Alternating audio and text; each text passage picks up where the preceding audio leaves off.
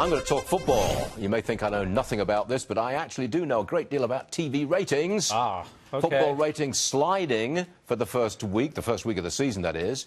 Now, the NFL blames it on hurricanes in Florida and Harvey in Texas. I'm not buying that. Come on in, please. Super Bowl champ and author of Liberalism. It's a long title. The actual title is Liberalism. I can't read it, but it's a great title, ladies and gentlemen. I just love it. His name is Burgess Owens, and he joins us again. Are you buying that ratings are down because of the hurricanes rather than the taking the knee for the anthem and the flag? Stuart, how you doing? Well, first of all, this is going to be a conversation we'll have throughout the year. In my mind, the least of my concerns about is the NFL. It's going to take care of itself. We have a free market. Americans are going to either decide to buy into it or not. My concern is the message they're giving to black Americans across this country, those who are at risk, who want hope in this country, but because of their focus and what they allow to happen, anti-American sentiment, they're losing that hope. So that's really where the conversation should be. I could care less about NFL. The commissioner will one day be fired or resign, and they'll move on. Meanwhile, the impact on my community is what I'm looking for right now. Burgess, I also want your take on this. The president has been tweeting about the ESPN situation. Here's what he said. ESPN is paying a really big price for its politics and bad programming. People are dumping it in record numbers. Apologize for untruth. I think this fits into your critique of black athletes leading some people down the wrong path. What do you say about ESPN? Well, I think as we learn our history, the reason why I could care less about the KKK or the white supremacists is I know my history. My parents' generation, my grandparents' generation kicked the butt of these guys by succeeding.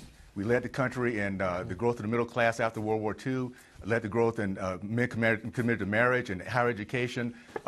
We were doing what we need to do. My concern right now are those, the black elitists, the royalty black class, that live the life of America. They have the great homes, the great education, and yet they tell other black Americans they can't do it.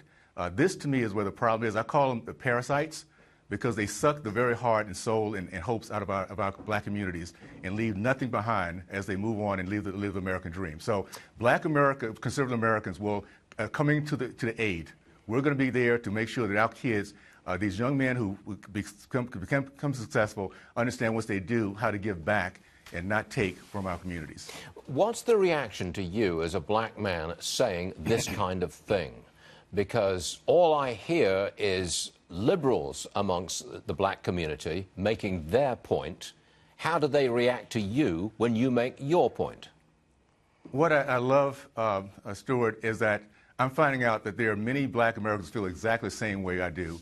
I can care less about those who don't really care, those who are not educating themselves. There's a small minority of black Americans, 30% of us, who believe in the American dream, believe in our country. We need just a few of us to pull back those who are concerned about our community from the Democratic Party, and we will win. So I'm excited about where we are right now. We're having the kind of conversation we should be having. At the end of the day, we have a royalty black class that is truly our enemy, and those are the ones that continue to divide and call other people with no shame racist while they vote for every anti-black policy down the pipe. Keep in mind, the misery is in black communities controlled by black Democrats. That's our problems, not white Americans, but those who take the trust and betray us. Would you tell us again the title of your book? Because I like it. Go. Liberalism, or how to turn good men into whiners, weenies, and wimps. And my last generation, my dad's generation, they were not whiners, weenies, and wimps. They were winners. And that's what we need to be again. You're a good man, Mr. Owens. You really are. Come again soon, okay? Good to see you, sir. Thank you.